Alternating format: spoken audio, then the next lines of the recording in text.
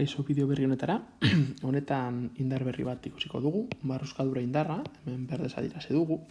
Ikusten dugunez gainazal baten gainean dagoen gorputz bat, alde batetik pisua dauka, masa daukalako, ondoren normal idatzi diogu gainazal baten gainean dagoelako, kanpoko indar bat mesarri diogu, ariketak horrela diolako, eta marruskadura indar bat agertuko zaigu. Bueno, ikusiko dugu, bai baldintza, baitaren norabidea, eta azkenik zein den bere balioa.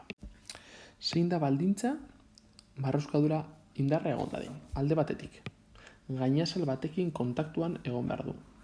Goratzen baldin bauzue, hau izango zen normalaren kasuan, indar normalaren kasuan, izango genukeen baldintza berdina, bale? Gainazal batekin kontaktuan, beraz, normala egon behar du marruskadura egoteko. Eta beste alde batetik, gorputza mugimenduan egotea, adibidatzen izango ezuet. Gu baldin baukagu, sistema hau, mai baten gainean, kutsatxo bat, honetan, alde batetik pisua daukagu, beste alde batetik pisua, normala, baina ez dago mugimenduan, beraz, marruskadura indarra ez dago. Egon behar du mugimendua. Aurreko bideoan, ebatzi genuen bideo bat, zinetan, horrela geneukan, eta horretaz aparte, esaten genuen indar bat geneukala. Hemen mugimendua zegoen, bai. Marruskadura indarra egon behar zen, bai. Baina askotan egiten dena da, marruskadura indarra arbuiatzea edo esatea ez dagoela, zergatik ariketak errezago egiteko, ze marruskadura indarra gauza komplikatzen ditu normalean, bale? Gure bizimoduan beti dago marruskadura indarra. Izatez marruskadura indarra izaten da mundu erreala eta mundu ideala aldatzen dituena.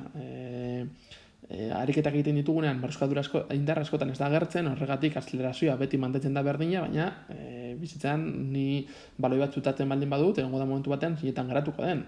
Ariketa hauetan gauzak ez dira geratzen, zergaitik ez dira geratzen, ez dagoelako marruskadura indarra. Beraz, marruskadura indarra sartzen dugunean, gauzak errealagoak izango ziren. Beraz, aurreko probleman, aurretik egin dugun problema horretan, marruskadura indarra egon beharko zen, bai? Bueno, ez baldin bada marrazten marruskadura indarra ariketak esaten duelako ez dagoelako marruskadurarik edartu, bale? Bestela, ez baldin badu zer esaten gu onartuko dugu badagoela. Beste kasu batzuetan, imaginatu hau dela gainazala, bale? Adierazteko marruskadura dagoela, gainazalean horrela margozten da. Eta horrek esan nahi du, gainazaleak marruskadura duela. Mundu errealean guztio daukaten marruskadura, baina zuek, batzuetan horrelakoak erabiltzen dira, berdintzeko noiz daukagu marruskadura eta noiz ez. Bestetik, zein da norabidea? Mugimenduaren noranzkoaren kontra. Jarriko ditugu bi adibidez berdin, eta honekin ulertzen dugun. Jarriko dut hemen plan inklinatu batean. Kasu honetan, nora jauziko da kutsa. Ez aplikatzen ez baldin badiogu, azelerazioa horrelako izango da, mugimenduaren noranzkoaren kontra. Horrela izango zen marruskadura indarra. Beste kasu honetan, imaginatu guk egiten diogula indar bat honela, kutsari, bai? Tiraka egiten diogu, nora egingo du marruskadura indarra? Mugimenduaren noranzkoaren kontra. Depende nora mugitzen den, justo kontrako norabidean egingo du. Eta azkenik zein izango den balioa. Goratzen baldin bauzue, pisuaren kasuan balio jakin bat zeukan. Pisua idatzi genuen, pisua zela M bider G. Gero, normala etorri zen, eta zen genuen ariketaren araberakoa. Kanpoko indarra ariketaren araberakoa baitare.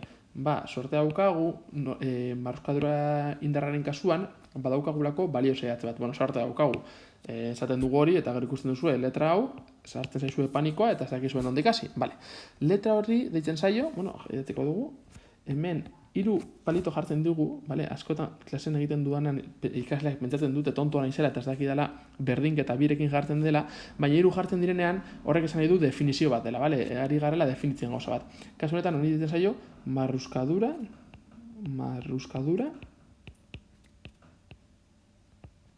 koefizientea.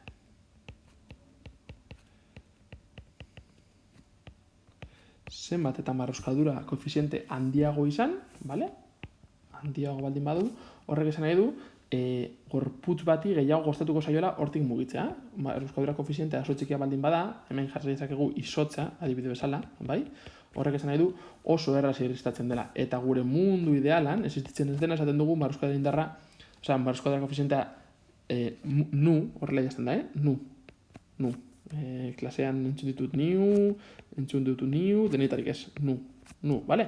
Nu koefiziente hori, 0 dela esaten dugunean, horrek esan nahi du, bere ez dago inolako marruz kuadro indarrarik, bale? Ze hau 0 baldin bada, hau 0 izango da, bai? Eta marruz kuadro indarrarik ez baldin badago, ba hori, esan dugun bezala, mundu ideal batean izango zen. Horretaz aparte, baita ere biratzen baldin badugu, izango dugu hemen n.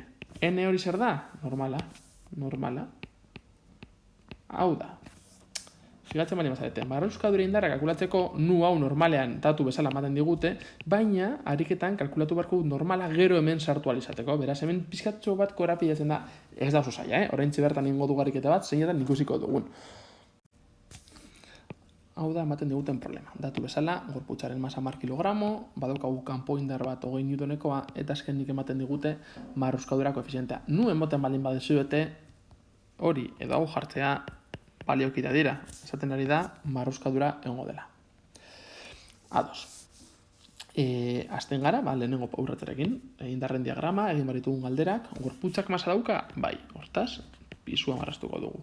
Gorputza gainazal batekin kontaktuan dago? Bai, beraz, normal idatziko dugu, kanpoko indarra jartzen digute, eta orain galdetu behar dugu gure buruari marruzkadura indarra egongo den, bi galdera egin behar dugu. Alde batetik, gorputza kontaktuan dago gainazala batekin, bai, ikusi dugu normala dagoela, beraz, lehenengo baldintza betetzen da. Bigarrena, mugimendua egongo da, aurreko ariketaren berdina onarte izan denez, horretan baita esan dugu, mugimendua edo azelerazioa norabide eta noranzko horretan izango zela. Beraz, nola mugimendua egongo den, eta horretaz aparte, gainazal batekin kontaktuan dagoen, marruz kuadro indarra idatziko dut. Jartzen dut F azpierre txikia. Kontuz, ze leku askotan F azpierre handia indar resultantea da, eta hau ez da honen berdina. Beraz, kontuz ibilini, R txikia jarriko dut, horrekin arazorik ez izateko. Bale, zein izango zen bigarren pausua. Jarriko dugu bigarren pausua. Ea aurkitzen duan. Bale, mugimendua ja ikusi dugunez, esan dugu, norabide eta noranzko horretan egongo dela. Ardatzak marrazten ditugu, kasu honetan vertikala eta horizontala oso egokiak dira guretzat, hau isa eta hau i, eta ikusten dugunez azelerazioa egongo da ardatz baten gainean, indar guztiak daude ardatzen gainean, beraz, hirugarren pausua zuzenean jan egiten dugu, eta bagoa zuzenean laugarren pausua egitera. Bai, Newtonen bigarren legea egitera. Hemen mugitzen duan, Newtonen bigarren legea. Idatzi behar dugu ardatzez ardatz. Jartzen dugu isa ardatzean. Isa bi puntu. Nola azelerazioa eskumara duan, esaten dugu hau izango dela positiboa eta hau negatiboa. Eta vertikalean aukeratu dezakegu, aukeratu baldin badugu hau positiboa eta hau negatiboa. Beraz, joan bar gara indarra begiratzen, lehenik eta behin. Eje, ardatz horizontalean. F positibo izango da zergaitik. Noranzko positiboa eskuinera delako, behazten dugu F, eta aldiz marruzkadura indarra izango da negatiboa, minus FR berdin. M bider azelerazioa. Hori izango zen gure lehenengo ekuazioa. Bi puntu. Norabide honetan, bai, vertikalean, aurreko ariketan bezala kutsa ez da mugituko. Hau da, mugituko da horizontalean, baina ez gora joango, ez du ez maila apurtuko, beraz, oreka baldintza bat da, azelerazioa 0 da, eta horrelakoetan jartzen dugu N minus P berdin 0. Zergaitik azelerazioa 0 delako. Bi ekuazio ditugu, eta orain egingo duguna da, datu guztiak, idatziko dut berdin, baina gure datu guztiak sartuta. Horretarako goratu behar dugu, FR hau, vale? FR, goratu behar dugu, izango dela nu biderene. Jarriko dugu gure azkenengo pausua. Ikusten duzunez pausuak, zertarako balio dute, ez jartzeko, jakiteko pausuz ez den egin behar dena. Ordezkatu indarren balioak, vale? Hemen jartzen dugu egin behar dugula. Beraz, F hogei. Minus FR nu biderene. Berdin masa, 10 kilogramo, eta azelerazioa ez dakigu. Hortaz aparte, N ez dakigu zematekoa den, baina pisua bai da M bider G berdin 0. Vale? Hemetik jarraitu behar dugu. Zelan jarraituko dugu? Bueno, figatzen baldin bazarete, eta lehenengo aldia ikusten denean, igual agobiatzen zarete, baina beti egiten da berdina, Hemetik nola M eta G ezagunak diren N lortuko dugu, eta gero hemen sartuko dugu azelerazioen balioa ateratzeko. ikusiko dugu zelan egiten den. Egin dudan izan da hemen berri idaztea ditugun bi ekuazioak. Vale. Betik, jartzen dut hemen bat jakiteko dela lehenengo ekuazioa eta bigarren ekuazioa. Eta hasiko naiz lantzen bigarren ekuazioarekin. N izango da mgren berdina. Egin dudana da, hau negatiboa dena, ona pasatu positibo bezala. Eta m izango da 10 eta g izango da 9,8. Datu horiek dakizkigulako, beraz. N izango da 98 newton.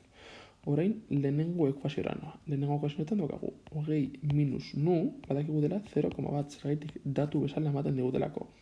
Bider, normala orain bertan kalkulatu dugu. Beraz, bider 98. Berdin, 10 bider A. Egiten baldin mozue kalkulau, hogei ken 0,1 bider 9,8, azkenan izango da, koma bat zarte, ezta? Ken 9,8. Berdin, 10 A. Hogei ken 9,8, kalkula gaiarekin egiten baldin mozu, ematen zuen, 10,2 berdin 10 bidera. 10,2 zati 10 berdin A. Hala, zati 10 den, badakit izango dela, 1,02 metro zati segundu karratu. Hori izango da, gure emaitza, azelerazioaren balioa. Bakarrik hartu gauza batetaz, bale? Ariketa honen oso berdina egin dugu aurreko bideoan, marroska idura indarra sartu gabe. Eta horretan, azelerazioa atera zaigu 2 metro zati segundu karratu, bale? Hau kenduta, beste problema berdinarekin, 2, eta orain, bat.